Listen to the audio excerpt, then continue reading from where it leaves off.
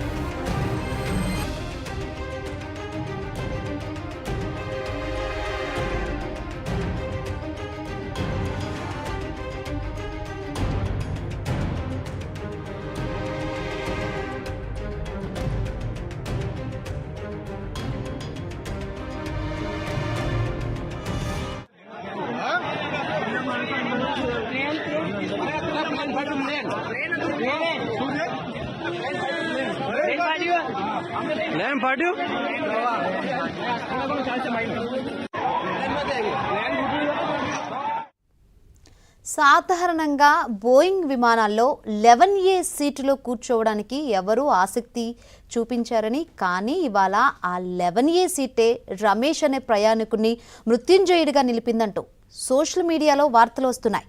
Boeing విమానంలో 11A seat air conditioning సిస్టమ్కి సమీపంలో ఉండడం వల్ల అక్కడ కిటికీ ఉండదు. దీంతో ఆ సీటును సాధారణంగా ఎవరూ ఎంచుకోరు. ముఖ్యంగా 10 గంటల పైగా ప్రయాణించాల్సిన విదేశీ ప్రయాణాల్లోనైతే 11A సీటు తీసుకోవడానికి అసలే ఇష్టపడరు. కానీ రమేష్ మాత్రం ఈ సీటుతో అడ్జస్ట్ అయ్యి లండన్ బయలుదేరాడు. ఎమర్జెన్సీ మార్గానికి దగ్గరగా ఉండడం వల్లనో ఏమో మొత్తానికి మృత్యుంజయుడిగా బయటపడ్డాడు.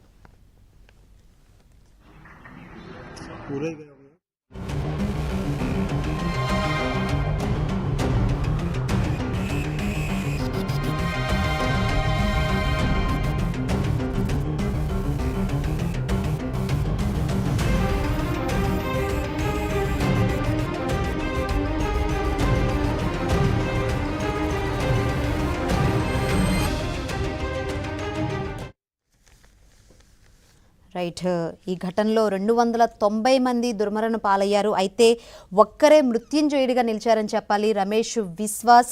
అయితే రమేష్ విశ్వాస్ను ప్రధాని మోదీ ఆసుపత్రికి వెళ్ళి పరామర్శిస్తారు. దానికి సంబంధించిన విజువల్స్ కూడా చూస్తున్నాం. ఇక ఇదే అంశానికి సంబంధించి మరిన్ని వివరాలు అందించేందుకు మా ప్రతినిధి సతీష్ లైవ్ ద్వారా సిద్ధంగా ఉన్నారు. సతీష్, ఎవరైతే మృత్యుంజయుడిగా నిలిచారో రమేష్ విశ్వాస్ను ప్రధాని మోదీ పరామర్శించారు, ఏం వివరాలు అడిగి తెలుసుకున్నారు, ఏంటి? ఎస్, మృత్యుంజయుడు అనే చెప్పాల్సి ఉంటుంది. ఖచ్చితంగా 242 మంది టేకాఫ్ సమయంలో ఎయిర్ ఇండియా విమానంలో ఉన్నారు. అదే సందర్భంలో టేకాఫ్ అయిన 5 నిమిషాలకే విమానం ప్రమాదానికి గురైంది. కుప్ప కూలిపోయిన విజువల్స్ని కూడా చూసాము. యావత్ దేశం అంతా కూడా దిగ్భ్రాంతి వ్యక్తం చేసింది. కానీ ఒకే ఒక్కరు బతికి బయటపడ్డారని చెప్పాల్సి ఉంటుంది. రమేష్ విశ్వాస్ దాదాపు గుజరాత్కి చెందిన వ్యక్తి, అమెరికాలో స్థిరపడ్డాడు అనేది కూడా చెప్పాల్సి ఉంటుంది. ఇక రమేష్ విశ్వాస్కి సంబంధించిన విషయంలో మాత్రం ప్లేన్ క్రాష్ అనే వెంటనే ఎమర్జెన్సీ ఎగ్జిట్ నుంచి అదే సందర్భంలో చాకచక్యంగా బయటికి దూకి ప్రాణాలు కాపాడుకున్నట్టు కూడా తెలుస్తుంది. ప్రస్తుతం సోషల్ మీడియాలో ఆయన విజువల్స్ సైతం కూడా చక్కర్లు కొడుతున్నాయి. 242 మంది ఉంటే కేవలం ఒకరే బయటపడ్డ ఘటన అరుదు అని చెప్పాల్సి ఉంటుంది. దేశంలో ఇప్పటివరకు ఎక్కడ కూడా అలాంటి సందర్భాలు చోటు చేసుకున్నాయి. కానీ అహ్మదాబాద్లో జరిగిన విమాన ప్రమాద ఘటనలో మాత్రం అలాంటి సందర్భం అయితే చోటు చేసుకుందని చెప్పాల్సి ఉంటుంది.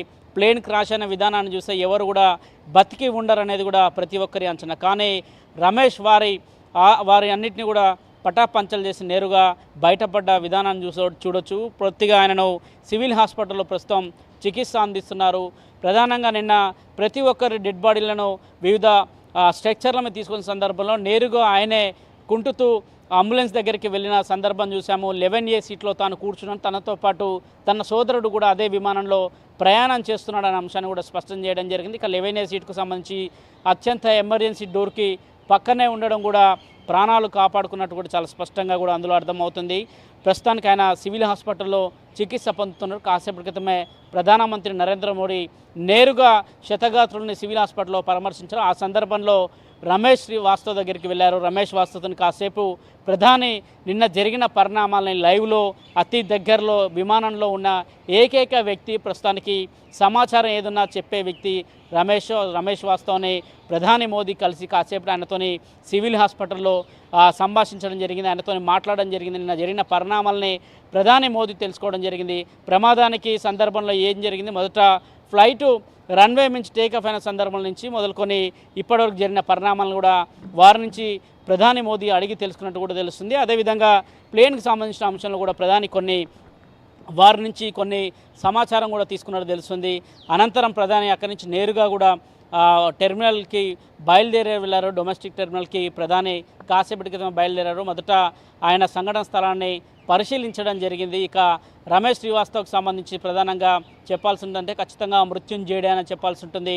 242 మంది ప్రయాణిస్తున్న ఫ్లైట్లో ఒకే ఒకడు బతికి బట్ట కట్టాడంటే కూడా పరిస్థితి చూడవచ్చు. పూర్తిగా కూడా ఆయన సోదరుని కూడా ఈ ప్రమాద ఘటనలో కోల్పోయినట్టు తెలుస్తుంది. ఇక రమేష్కి సంబంధించిన విజువల్స్ సైతం కూడా పెద్ద ఎత్తున కూడా సోషల్ మీడియా చక్కర్లు కడుతున్నాయి. నిన్న ఆయనంతా కూడా ప్రమాదం జరిగిన వెంటనే నేరుగా నడుచుకుంటూ అంబులెన్స్ దగ్గరికి వస్తున్న సందర్భంలో కొంత గాయాలయ్యాయని చెప్పాల్సి ఉంటుంది. తలకు కావచ్చు, చేతులకు కావచ్చు, ఇతర ప్లేసులలో కూడా విమానం పేలుడు దాటికి కొంత ఆయన చర్మానికి కూడా కొన్ని గాయాలైనట్టు తెలుస్తుంది. పూర్తిగా కూడా ప్రస్తుతానికి హాస్పిటల్ చికిత్స పొందుతున్నారు.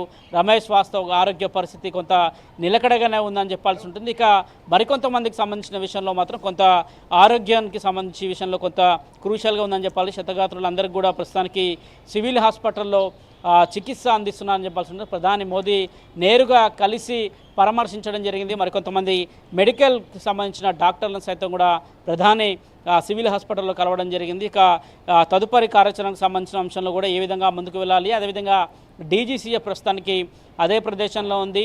బ్లాక్ బాక్స్ కావచ్చు, అదేవిధంగా సాంకేతిక సమస్యలు వచ్చినప్పుడు పైలట్ ముందే అలర్ట్ చేయడము, డేంజర్ అనే సిగ్నల్ ఇవ్వడం, మేడ్ డే అనే అంశాన్ని కూడా స్పష్టం చేయడము, చివరి దశగా ఇక పైలట్ చేతుల్లో నుంచి కూడా చేజారిపోయిన పరిస్థితులు చూసాము. పూర్తిగా నివాసాల మధ్య అటు మెడికల్ కాలేజ్కి ఇటు నివాసాలకు మధ్య ప్లేన్ క్రాష్ కావడము, ఆ ప్రాంతం అంతా కూడా పూర్తిగా కూడా అగ్గిపాలైందని చెప్పాల్సి ఉంటుంది. బిల్డింగ్ దాటికి ప్లేన్ పేలిపోయిన క్రాషింగ్ దాటికి పూర్తిగా కూడా బిల్డింగ్ అంతా కూడా పొగబారిపోయిన విజువల్స్ను కూడా మనం ఆ ప్రదేశంలో చూడొచ్చు. మొత్తం ఎన్డీఆర్ఎఫ్ సిబ్బంది సైతం కూడా అక్కడే ఉన్నారని చెప్పాల్సి ఉంది. ఇక గుజరాత్ మాజీ సీఎం విజయ్ రూపానీ సైతం కూడా చనిపోయారు. ఆయనకు సంబంధించి వారి కుటుంబ సభ్యులు కాసేపటి క్రితమే అహ్మదాబాద్లోని డొమెస్టిక్ ఎయిర్పోర్ట్కి వారు చేరుకున్నారు. ప్రస్తుతం ప్రధాని అక్కడ అధికారులతో కూడా కొంత చర్చిస్తున్నట్టు తెలుస్తుంది. అదేవిధంగా ఇక ఎయిర్పోర్ట్ బయట వెయిట్ చేస్తున్న కుటుంబ సభ్యులు కావచ్చు, వారికి సంబంధించిన బంధువులను కూడా కలిసే అవకాశాలు కూడా చాలా స్పష్టంగా కనపడుతున్నాయి. ప్రధాని వెంట రామ్మోహన్ నాయుడు కూడా కాసేపటి క్రితమే నేరుగా అక్కడికి వెళ్ళడం జరిగింది. ప్రస్తుతం ప్రధాని ఒక ట్వీట్ చేయడం కూడా జరిగింది. We're all devastated by the tragedy Ahmedabad, the loss of so many lives in such sudden heartbreaking అనే అంశాన్ని కూడా ప్రధాని కాసేపటి క్రితమైన మొదట ఆ ప్లేస్ను పరామర్శించారు. అనంతరం హాస్పిటల్లో ఉన్న వారిని పరామర్శించడం జరిగింది. ప్రధాని కాసేపటి క్రితమే ఒక ట్వీట్ కూడా చేయడం జరిగింది. పూర్తిగా కూడా అనేక మంది ఈ ఫ్లైట్ యాక్సిడెంట్లో చనిపోవడం జరిగింది, వారికి సంతాపం వ్యక్తం చేస్తున్నాం వారి కుటుంబాలకు అనే అంశాన్ని చెప్తున్నాడు. మరోవైపు పెయిన్ని తట్టుకోలేకపోతున్నాం అనే అంశాన్ని కూడా చెప్తున్నారు. ఓం శాంతి అనే ఒక మెసేజ్ని కూడా ఆయన ట్విట్టర్ వేదిక కూడా ట్వీట్ చేయడం జరిగింది.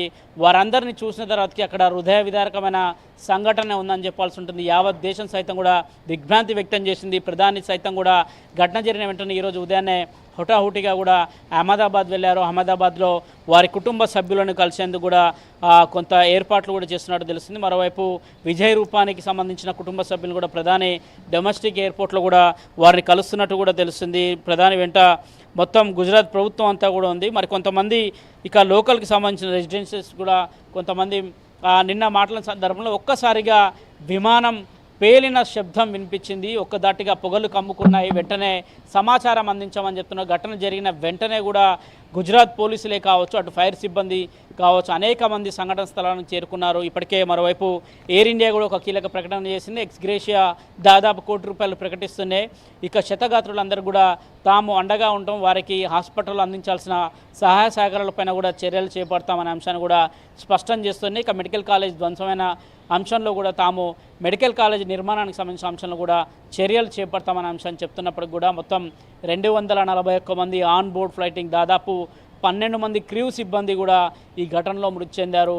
అత్యంత హృదయ విదారకమైన సంఘటన అని చెప్పాల్సి ఉంటుంది. రాజస్థాన్కి చెందిన ఒకే కుటుంబం 5 చనిపోయారు, అందులో 3 చిన్నారులు ఉన్నారంటే కూడా ఆ సంఘటన మొత్తం కూడా అటు రాజస్థాన్ రాష్ట్రం కాదు, భారత్ మొత్తాన్ని కూడా